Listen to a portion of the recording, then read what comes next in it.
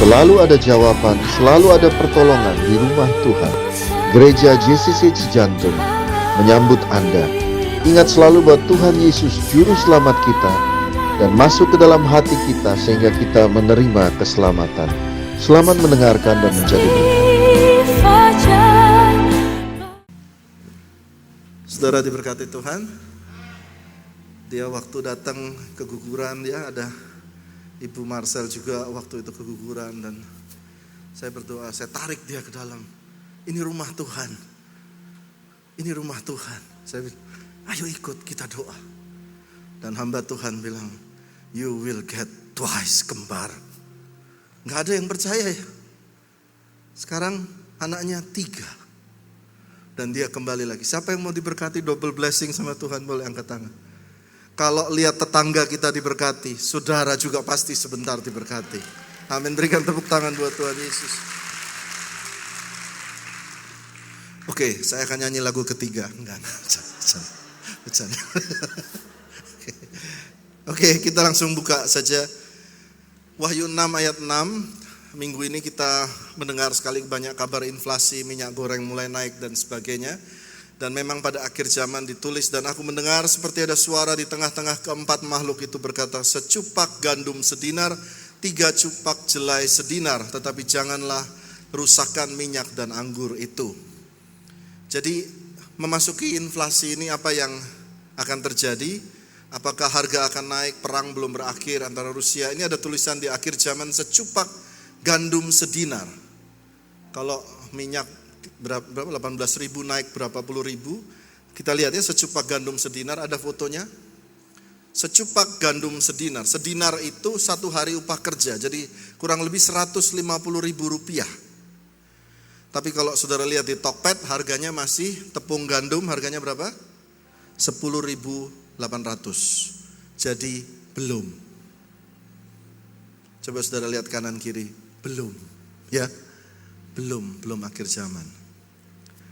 Nah, jadi tetapi dalam inflasi, saya dari kemarin, Tuhan apa yang harus disampaikan? Ini semua bakal naik. Pak Jokowi juga kasih peringatan apa yang akan terjadi, dan Tuhan ingatkan setiap kali inflasi, janda di Sarfat, lalu keadaan Elia dan kerajaan Israel waktu dikepung oleh Ben Hadad, yang harga semua begitu tinggi, ada yang namanya penyertaan Tuhan.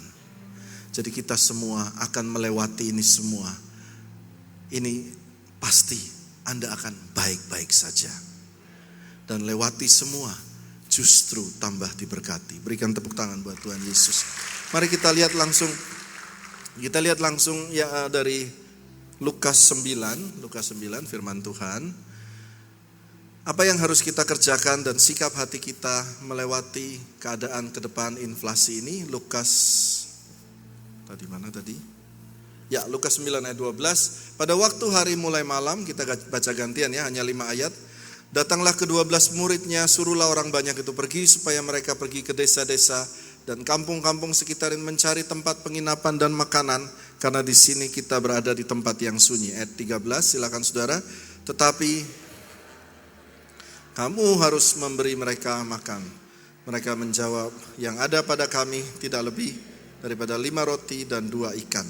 Kecuali kalau kami pergi membeli makanan untuk semua orang banyak ini. Ayat 14, sebab di situ ada kira-kira 5.000 orang laki-laki. Lalu ia berkata, suruh mereka duduk berkelompok-kelompok, kira-kira 50 orang sekelompok. Saudara, ayat 15, murid-murid melakukannya dan menyuruh semua orang banyak itu duduk. Ayat 16, dan setelah ia mengambil 5 roti dan 2 ikan, ia menengadah ke langit, mengucap berkat, memecah-mecahkan roti, memberikan pada murid-murid, dan dibagi-bagikan kepada orang banyak. Ayat 17, kita baca bersama-sama. Dan mereka semua makan sampai kenyang, kemudian dikumpulkan potongan-potongan roti yang sisa sebanyak 12 bakul. Baik, inilah adalah firman memasuki keadaan harga yang semakin meningkat. Dari gereja ini, apa yang harus dilakukan? Yang pertama, poin pertama dari Lukas 9 ayat yang ke-12. Ya, yang pertama poinnya adalah mau repot. Kita lihat Lukas 9 ayat 12. Waktu murid-murid dihadapkan kepada 5.000 orang laki-laki dan banyak orang dan mereka sudah hampir malam, maka mereka mencari cara paling gampang. Suruh pulang aja. Suruh pulang aja. Kita lihat ayat 13. Lalu Yesus berkata, kasih mereka makan. Mereka bilang, aduh repot. Kita mau beli makanan juga gak cukup. Mau suruh pulang, repot, semua repot. Tetapi Tuhan memilih untuk ya repot, enggak apa-apa. Orang yang mau repot adalah orang yang siap masuk ke dalam tantangan yang lebih tinggi. Orang yang mau repot juga orang yang siap untuk diberkati. Suami yang repot adalah calon suami yang diberkati Tuhan. Betul kan? Banyak suami datang kepada saya, mungkin mereka konseling dan mereka berkata, istri tidak menghargai saya Pak. Dan selalu saya tanya, apakah kamu sudah repot untuk anak istri? Kebanyakan cuma minta dilayani, tetapi melakukan bagiannya tidak mau. Nah, perhatikan bahwa kata mau repot itu penting. Kita lihat orang yang mau gampang saja, yakni dari Kejadian 19 ayat 22. Ini adalah cerita tentang istri Lot. Dikatakan cepatlah lari ke sana, sebab aku tidak dapat berbuat apa-apa sebelum engkau sampai ke sana. Itulah sebabnya nama kota itu disebut Zoar. Dan Lot dan istrinya lari ke kota Zoar itu. Yang penting mau gampang aja. Lalu istri Lot lihat ke belakang dan jadilah dia tiang garam. Kisah keluarga Lot ini berantakan. Berantakan sekali pokoknya. Sehingga mereka menghasilkan keturunan Moab yang juga tidak diberkati. Karena keluarga yang mau main gampang saja. Lot. Dari awal dipilih, mau yang kanan apa kiri yang bagus? Saya yang bagus saja Pak. Tuhan belakangan, yang penting saya ada duitnya ini. Dan dia pilih Sodom dan Gomora. Lalu mereka keluar. Tahukah saudara arti kata soar? Soar berarti unsignificance. Unsignificance itu tidak ada arti, tidak berdampak apa-apa. Ya ada tapi gak ada.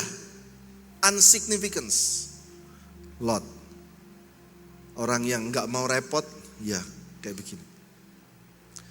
Tadi pagi saya cerita ada teman saya yang makan di luar negeri, diajak makan fine dining, makan mewah. Lalu temannya ajak makan fine dining, lalu pertama disuguhkan. Waiternya datang berkata, selamat malam, nama saya Stephen, good morning. Repot, pakai jas, pakai taksido pelayannya. Do you want to have a water, sir? Oh ya, dikasih air. Lalu datang makanan pertama appetizer. Lalu sebelum disajikan appetizernya dia cerita dulu, ini terbuat dari keju, terbuat dari coklat Swiss. Ini dibuat dulu, terus ada asap-asapnya kebul-kebul begitu. Setelah dia cerita semua bilang, please enjoy, silakan makan. Lalu makanan kedua datang lagi diceritakan, oh ini dipotong dari sapi dari Jepang, sapi Matsushita, 100 gram dipilih, yang masih muda dan banyak sekali cerita. Dan teman saya yang gak biasa makan fine dining ini bercerita, bet enakan makan di warteg katanya. Atau makan nasi padang, gak usah kenalan sama waiter, langsung aja makan, kaki diangkat, sikat. Betul ya? Nah tetapi saudara, antara restoran yang fine dining tadi, repot loh saudara. Dia harus siapkan orang dengan taksido, dia harus siapkan masaknya yang pas, dia harus cerita asal usulnya bagaimana, repot sekali. AC-nya harus pas, tempat duduknya, taplaknya harus pas, semuanya harus baik. Itu harganya bisa 100 kali daripada warteg. Padahal jujur makanannya podo aja. Orang yang mau repot, nilainya lebih tinggi. Katakan amin. Jadi saudara semua menghadapi inflasi, siap untuk biar saya yang kerjakan, biar saya yang mau repot. Kalau batuk pada takut ya. Ini teman-teman pemusik juga saya bangga banget, ada Yogi, ada Jeff, ada Dodo, ada Fernando. Mereka dari jam berapa tadi?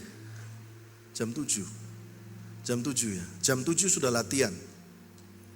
Padahal cuma nyanyi 2 lagu sudah. Jam 7 latihan, jam 9 melayani musik. Beberapa orang berkata, ngapain bet gereja di Cijantung, di dalam gang lagi. Ngapain pakai genjreng-genjreng aja, keyboard, gitar aja satu gitu. Pakai WL. Tapi kita mau repot, karena itu ada nilai lebih tinggi di gereja ini. Gitu loh, saudara. Semakin saudara mau repot, you're valuable, you're more valued. Mana si Michael? Michael ada di belakang? Oh nggak ada? Hah? Di luar? Oh di luar ya. Si Michael atau Daniel repot nggak ngurusin inventory IT? Repot tuh, repot banget ya. Dari yang mukanya bulat sampai kotak. Tapi salary-nya juga dolar. Gitu. Iya kan? Loh, betul dah? Loh, Pak saya gak mau kerja Pak, repot. Aduh nanti saya dimarahin bos saya. Ya wis lah, gak usah kerja lah, ngepel aja. Berani untuk repot dan siap untuk jalanin yang complicated. Katakan amin. Berikan tepuk tangan buat Tuhan Yesus. Yang kedua, orang yang menghadapi inflasi ini dengan berkemenangan adalah orang yang mau berpikir dan manage. Kita lihat kembali Lukas 9 ayat 14. Lukas 9 ayat 14. Sebab di situ ada kira-kira 5.000 orang laki-laki. Lalu ia berkata kepada murid-muridnya, suruh mereka duduk berkelompok-kelompok. Kira-kira 50 orang sekelompok. Jadi dari besar itu dikecil-kecilkan. Dari 5.000 dibikin 50. Diatur, dipikir, diatur, dihitung.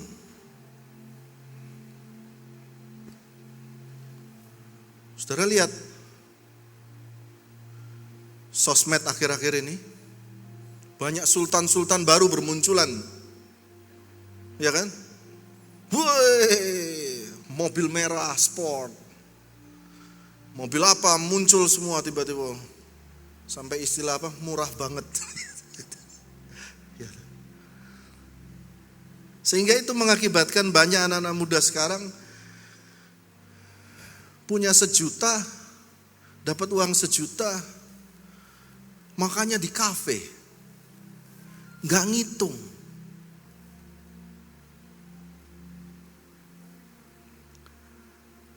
Saya mau saudara jadi orang yang kita mau belajar untuk bisa manage, bisa ngitung. Kalau belum waktunya, jangan lebay, gitu ya. Dikasih 1 juta pendapatan, oh kan ada kredit card, hajar, makan di kafe, pasta, carbonara, fettuccine, pesan apa lagi? Ice latte tea, terus bayarnya 950.000, gaji 1 juta, enggak apa-apa, yang penting foto taruh di Instagram. Enggak ngitung, hitung saudara. Saudara pernah lihat Instagram saya? dia kemarin, ini dia kepahitan sama saya. Mau dibahas. Dia makan, dia ajak penyanyi-penyanyi banyak gitu ke studio. Terus dia bilang, bos kita makan sumibi. Terus dalam hati saya, makan Jepang mahal. Dia bilang, gak apa-apa bos, gue yang bayar. Wah, bayar tuh. Bawa penyanyi 2, bapaknya ikut, mamanya ikut, semuanya ikut makan. Begitu bon keluar 2,5 juta. Terus aku bilang, son, pas bon keluar, son aku ke toilet mau berdoa sebentar.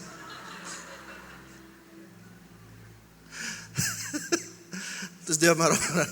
Enggak, kita sama-sama ini saudara. Kita suka ngitung. Ya. Nah, berpikir dan manage, katakan amin. Ya. Saya cerita lagi.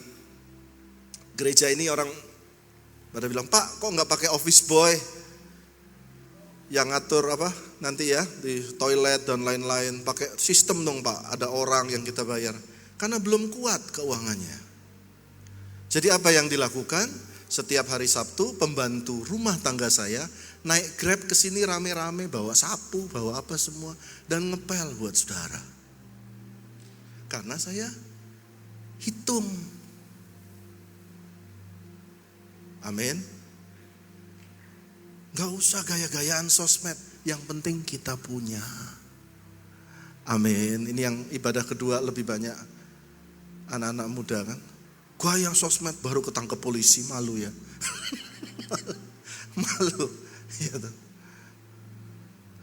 oke, terus saya cerita lagi. Tahun 1974 ada pertandingan tinju yang cukup fenomenal, ada fotonya. Antara Muhammad Ali dan George Foreman. George Foreman ini badannya gede banget, tinggi, daya jangkauannya dan daya bobot pukulannya jauh lebih kuat daripada Muhammad Ali. Semua orang berkata dan taruhan Muhammad Ali kali ini pasti kalah. Dan yang dilakukan adalah pertandingan terjadi ronde 1, 2, 3, 4, 5, 6, 7 sampai 8 ronde. Yang dilakukan Muhammad Ali selama ronde 1 sampai 8 adalah lari. Dia lari terus dan setiap kali si George Foreman gak kena, maka si Muhammad Ali bilang, ya cuma gitu. Katanya kuat, katanya banteng, ya cuma gitu. Dan dia terus tantangin terus sehingga George Foreman emosi, mau hajar terus, dikejar terus selama 8 ronde. Dan akhirnya ronde ke-8. George Foreman yang besar, kalau saudara lihat nanti sebentar ada videonya, itu udah sakarep mudah Tuhan, udah habis tenaganya dan hanya 2 pukulan dia KO. Bukan karena Muhammad Ali lebih kuat, lebih hebat, tapi karena Muhammad Ali ngitung. Yang dia hitung adalah George Foreman tidak bisa dikalahkan. Yang bisa kalahkan George Foreman adalah dirinya sendiri, emosinya sendiri. Itu yang dia mainkan. Jadi hitung. Amin.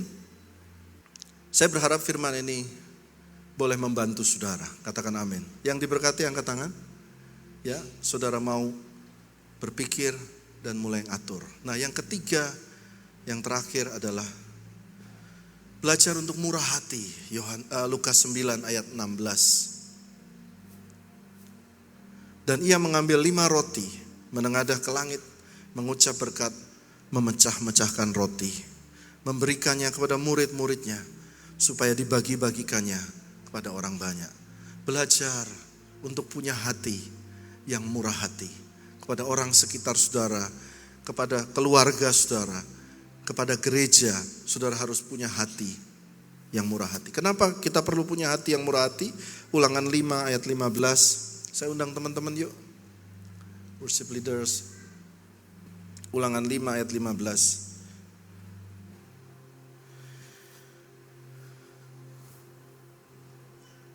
Ulangan 15. Ayat 15. Mari kita baca bersama-sama. Haruslah kau ingat bahwa engkau pun dahulu budak di tanah Mesir dan engkau ditebus Tuhan Allahmu. Itulah sebabnya aku memberi perintah itu kepadamu pada hari ini. Yang pertama, lihat ayat ini. Dulu engkau budak, lalu engkau ditebus Tuhan. Lalu dia memberi perintah. Saya ulang lagi ya. Dulu engkau budak, lalu engkau ditebus, lalu sekarang aku kasih perintah. Dulu budak, ditebus, dibayar, dikasih perintah. Sekarang mungkin kita bukan budak lagi, tetapi bukankah engkau ditebus Tuhan dari dosamu? Betul kan? Dan sekarang dia tebus engkau, yang terakhir dia kasih perintah. Perintahnya apa? Untuk engkau juga murah hati. To be generous. Ada sebuah cerita Maria Magdalena mempersembahkan persembahan minyak narwastu yang mahal buat Tuhan. Dikatakan minyak narwastu itu senilai 300 dinari. 1 tahun upah pekerja diberikan, dipecahkan kepada Tuhan. Orang semua bilang ngapain? Tetapi tahukah saudara, 2 bulan sebelum itu terjadi, adik daripada Maria Magdalena, Lazarus namanya, mati, bangkit kembali. Engkau murah hati karena Tuhan terlebih dahulu murah hati kepada kita. Amin. Waktu gereja ini dibangun, saya ingat waktu itu saya jual mobil, jual Rolex, ada properti kecil kita lepas untuk awal konstruksi. Saya tanya istri saya bilang apa? Saya ikhlas. Dia bilang, karena Tuhan sudah baik sama kita. Dan yang kedua, tadi saya gak cerita. Yang kedua, dan kita adalah orang-orang yang tahu membalas budi. Amin. Saudara pernah ditolong Tuhan? Be generous. Murah hati. Amin. Mari saya mengundang saudara, siapa yang merasa ada beban berat boleh angkat tangan, boleh angkat tangan. Tuhan, kau berikan kemurahan. Kemurahan Engkau sudah berikan anak-Mu Tuhan Yesus buat kami semua tebus. Saat ini kami berdoa bagi yang sedang berbeban berat dalam nama Yesus, dalam nama Yesus. Dalam nama Yesus Kau berikan kekuatan, kesembuhan, pemulihan, pertolongan pada waktunya, jalan keluar, hikmat, pengertian yang baru, knowledge dari Tuhan, sehingga waktu mereka melangkah, mereka juga menerima berkat-berkat Tuhan. Terima kasih Tuhan, terima kasih. Mari angkat kedua tanganmu, terima berkat Tuhan. Sebelum pulang, Tuhan memberkati dan melindungi engkau. Tuhan menyinari engkau dengan wajahnya dan memberi engkau kasih karunia. Tuhan menghadapkan wajahnya kepadamu dan memberi engkau damai sejahtera. Semua yang diberkati sama-sama katakan amin, dan berikan tepuk tangan buat Tuhan. Terima kasih. Terima kasih buat Tuhan yang murah hati. Terima kasih, terima kasih. Generous God, our generous God. Thank you.